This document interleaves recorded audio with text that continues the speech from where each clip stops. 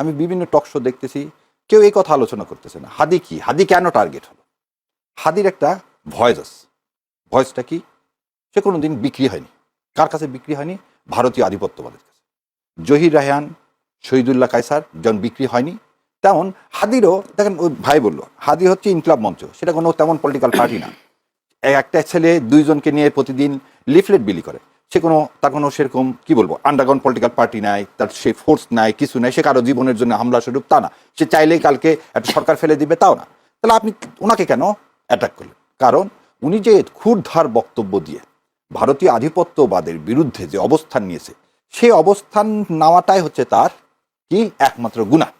আমি বলবো দোষ না, গুনাহ। যেমন আমিও আপনাদের এই বিভিন্ন চ্যানেলে আসি, এসে কি বলি, ভারতীয় আধিপত্যবাদের বিরুদ্ধে বলি, সেই জন্য আমাকে কি করা হচ্ছে, গণশত্রু বলা হচ্ছে, মামার হত্যা জায়েজ বলা হচ্ছে। এইটা তার মানে, এই গতকালকে ছিল 14ই ডিসেম্বর, শহীদ বুদ্ধিজীবী দিবস।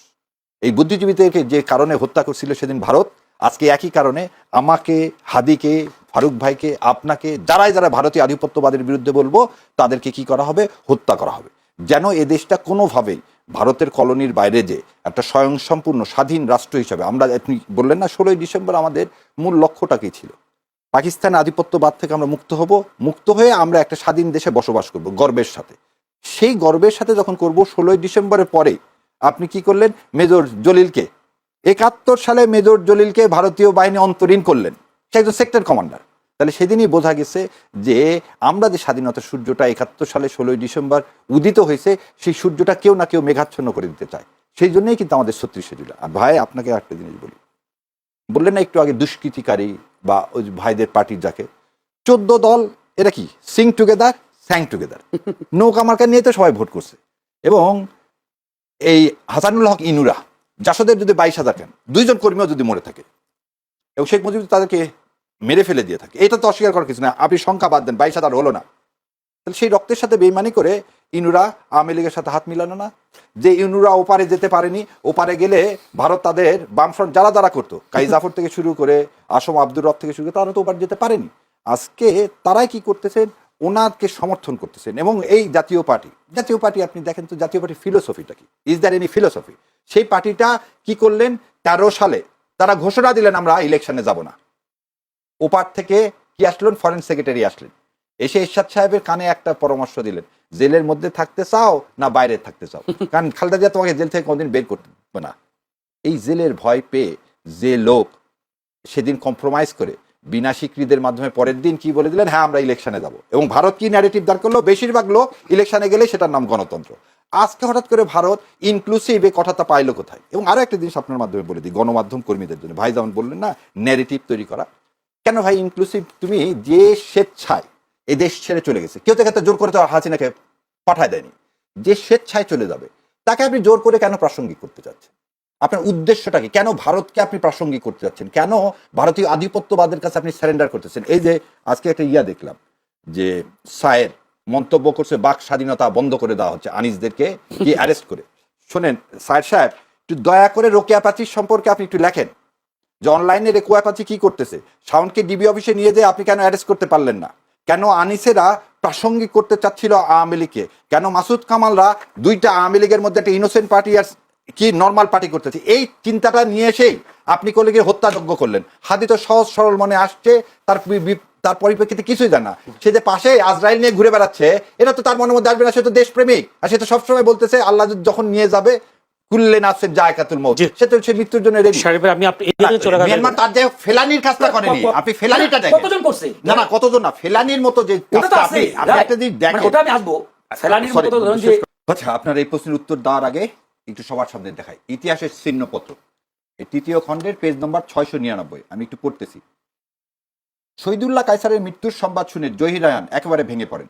সাংবাদিক সম্মেলন করলেন 17 তারিখে, করে তিনি বললেন আমি শ্বেতপত্র প্রকাশ করব। বুদ্ধিজীবীদের হত্যার জন্য তিনি আওয়ামী লীগ নেতৃত্বকে দায়ী করেন এবং মুজিবনগর সরকারের সকল গোপন তথ্য ফাঁস করে দিবেন বলেও ঘোষণা করেন। এখন আপনার কথায় আসে, ভারতে যে ভাই সাহায্য করার কথা বললো, ভারত খুব পরোপকারী সাহায্য করবে। কাশ্মীর দখল করলো কেন? নাগাল্যান্ড মিজোরামবাসী তাদের স্বাধীনতার জন্য ঘোষণা করলেন, আপনি নাগাল্যান্ড মিজোরামের মাটিকে রক্তে লাল করে দিলেন। আপনি হায়দ্রাবাদকে জোরপূর্বক কি করলেন? ভারতের মধ্যে নিয়ে নিলেন। সিকিমকে নিলেন, গোয়াকে নিলেন, 12টা প্রিন্সেস স্টেটকে নিলেন। হঠাৎ আপনার এত ভালোবাসা হয়ে গেল কেন বাংলাদেশকে আপনি স্বাধীন করার জন্য? আচ্ছা বুঝলাম, 16 তারিখে যখন পাকিস্তান সেনারা আত্মসমর্পণ করলেন, আমার তো মুক্তিযোদ্ধারা ছিল, তাদের হাতে অস্ত্র ছিল। আপনি প্রতিটা ডিস্ট্রিক্ট, জেলা, ইউনিয়ন পরিষদে কেন ইন্ডিয়ান সেনাবাহিনী পাঠালেন এবং সমস্ত অ্যাডমিনিস্ট্রেশন দখল করে নিলেন, ইনক্লুডিং আমাদের সেক্রেটারিয়েট? ভাই, সত্যকে সত্য মানতে হবে। ভারত চেয়েছিল হায়দ্রাবাদের মতো, কিন্তু ভারত সেটা পেরে ওঠেনি, কারণ আমরা সেটা করে উঠতে দিইনি। সেই জন্যই 22,000 যে জাসদ কর্মী, মানে সেটা এই দেশেরই সোনার বাংলা সন্তানেরা। মেজর জলিলরা তো এই ভারতীয় আধিপত্যবাদের বিরুদ্ধে কথা বলছে বলেই ইন্ডিয়া তো পারেনি আমাদেরকে সিকিম বানাতে। আর আপনার কথা এখন আসি, জামাতে ইসলাম বিএনপির সাথে 5 বছরে 2টা মন্ত্রিত্ব ছিল। তার চেয়ে বড় একটা সত্য কথা শোনে, রাইট ইজ ব্লক 91-96 ছিল না, আমরা তো সমর্থন দিচ্ছি, কোনো মন্ত্রিত্ব ছিল না, কোনো এমপিও না হয়নি, কিছু না হয়নি। রাইট ইজ ব্লক, আপনি আবার যাদেরকে রাইট ইজ বলতেছেন, এই রাইট ইজ ব্লকের থিঙ্ক ট্যাঙ্ক বাংলাদেশে একটা বলেন তো? গত 54 বছরে একটা থিঙ্ক ট্যাঙ্ক করতে দাঁড়িয়ে, যেমন সিপিডি, আপনি দেখেন সিপিডি কি দেবব্রতরা করে ফেলে দিছে, ওখানে ডানপন্থী কেউ আছে না। আপনি দুর্নীতির বিষয়ে কি আছে?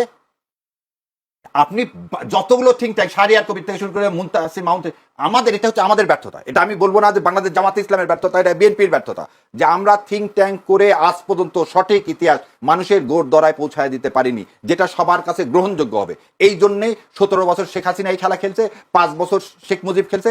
কখনোই যুদ্ধ অপরাধীদের সঠিক বিচার করলেন না, কখনো বুদ্ধিজীবীদের সঠিক বিচার করলেন না, কখনো আমাদের মুক্তিযোদ্ধাদের কন্ট্রিবিউশন। আপনাকে এটা কথা বলি, মেজর জলিলকে আপনি কেন কোনো খেতাব দিলেন না? মেজর জলিল একটা সেক্টর কমান্ডার, তিনি, আপনি কর্নেল তাহেরের কথা ধরেন, তাদেরকে কেন আপনি পুরস্কার দিলেন না? জাসদ করায় কি অন্যায় ছিল? তাহলে এই প্রশ্নগুলো যদি উত্তর খুঁজতে যান, তাহলে এই উত্তর পেয়ে যাবেন। এদেশে যারা এদেশের মাটির মানুষকে ভালোবাসে, যারা ভারতের আধিপত্যবাদের বিরোধিতা করে, তাদেরই হবে কি, তারা কোনো খেতাব পাবে না, তাদেরই হাদির মতো অবস্থায় পরিণত হবে। আমি একটা প্রশ্ন করে, হয়তো আমরা হাতে সময় একদম নাই। আপনি আনিস আলমগীরের কথা বলছিলেন, আনিস আলমগীর আপনি বলছিলেন যে ভারতীয় আধিপত্যবাদের বিষয়টি তারা প্রতিষ্ঠা করবার চেষ্টা করছে। এই যে মানুষ এখন, আনিস আলমগীর এখন কারাগারে, যদি বলে 5 দিনের রিমান্ডে হয়েছে, আনিস আলমগীরকে কেন গ্রেফতার করা হলো? যদি বলি, তাকে বলা হচ্ছে যে একটি সন্ত্রাস বিরোধী আইনে করা মামলায় গ্রেফতার হয়েছেন সাংবাদিক আনিস আলমগীর। তিনি 5 দিনের রিমান্ডে গেছেন, তিনি আজকে কারাগারে উঠে আবার অঝরে কেঁদেছেন, এরকম একটি নিউজও হয়েছে। আপনি এটাকে কিভাবে দেখছেন? কোনো কারণে কারো বক্তব্য বন্ধ করে দেওয়া, নাকি আসলে তার অপরাধ ছিল? প্রথম জিনিস হচ্ছে, আপনার সন্তান যদি গুলিবিদ্ধ হয়, সেটা আপনার সন্তান মানে তো আমারও সন্তান, তাই না ভাই? আমি কি ওই দিন নিহারি খেতে খেতে নিহারি চুষবো আর সেই ছবি দিব, আর আমি বলবো এই ছেলেটার বিষয়ে আসলে অনেক কিছু বলার আছে, এই কথা বললে আপনি কি ভাবেন, কি মেসেজটা সাধারণ মানুষকে দিচ্ছেন? আপনি আনিস আলমগীর করেন নাই কথাটা, কিছু বলেন না, ছবিটা দিয়ে নন্তকে নিহারি খেতে যাচ্ছেন, হাতি যেদিন আপনি গুলিবিদ্ধ হলেন। দ্বিতীয় কথা, জেস মিল করছে, স্বাধীনতা কি এনজয় করতে গেলে, স্বাধীনতা মানে এই যে আমরা এখানে আসছি আমি আপনাকে মেরে যাবো, এটা না। এটা মানে স্বাধীনতা না, স্বাধীনতা শুড বি লিমিটেড। আপনি এই দেশকে ধারণ করতেছেন, আপনি 36শে জুলাই হাজার হাজার আমার সন্তানদের শহীদ, সে আত্মাকে আপনি কি কোনোভাবে বিশ্রদ্ধা করতে পারেন? আর আজকে আনিস আলমগীর সাহেবের একটা স্টেটমেন্ট দেখান তো আপনি, যে ওই সেদিন আমি ইয়াকেও জিজ্ঞাসা করছিলাম, তুষার সাহেবকেও জিজ্ঞাসা করছিলাম, আচ্ছা জয়কে নিয়ে আপনি ইন্টারভিউ করছেন, একবার কেন জিজ্ঞাসা করলেন না জয়ের মা 13 সালের ইলেকশন কেন এমন করলো, 18 সালের ইলেকশন কেন এমন করলো? আপনি তো সেই প্রশ্ন জিজ্ঞাসা করেননি। আপনি গদগদ হয়ে তাকে কি বানাতে চাইলেন? আপনি বাংলাদেশের আইটি সেক্টরের মহানায়ক, সে বিপ্লবের ধারাকায়, আপনারা এই প্রশ্ন করলেন কেন? কেন আপনারা তাবেদার, আপনাদের কোনো মেরুদণ্ড নাই, এবং মেরুদণ্ডহীন লোক আপনারা করেন কি, ইন্ডিয়া ওপারে যা বলে সেই টাকা পেয়ে যা বলতে বলে এদেশের মিডিয়াতে আপনারা তাই বলেন, এবং তাই করতেছে। আনিস আলমগীর, তুষারদের একটা নির্দিষ্ট এজেন্ডার বাইরে তারা কখনো কথা বলে না, তারা বড় বড় কথা বলে। তাহলে আমার প্রশ্ন, তারা একদিনও কেন গত 17 বছর জেল খাটলো না? আয়নাঘর তো অনেক দূরের কথা, তারা একদিনও কেন, এই যে একজনের নাম কি আলম জানি না, উনি হঠাৎ করে আমেরিকা থেকে এসে কি হঠাৎ করে তিনি কখন কোন দল, যে উনি বলছিলেন 12 সালে জাতীয়তাবাদের দাফন হয়ে গেছে, কাফন হয়ে গেছে, সে আজকে বিশাল জাতীয়তাবাদী, কিন্তু জাতীয়বাদী আবার ফাঁক ফোকর দিয়ে আবার কি করেন, কোনোভাবে আওয়ামী লীগকে ইনক্লুসিভ করা যায় কিনা। মানে এই লোকগুলোকে তো আপনি নিয়ে আসছেন পার্টিকুলার পারপাসে রে ভাই, কোথাও আমাদের দুই ভাইয়ের মধ্যে তো কথা হচ্ছে না। আমরা তো এবং আপনারা দেখেন, আমরা যারা এই ভারতীয় আধিপত্যবাদের বিরুদ্ধে যাব, মিডিয়া হাউসগুলো তাদেরকে আস্তে আস্তে কমায় দিবে, যারা এরকম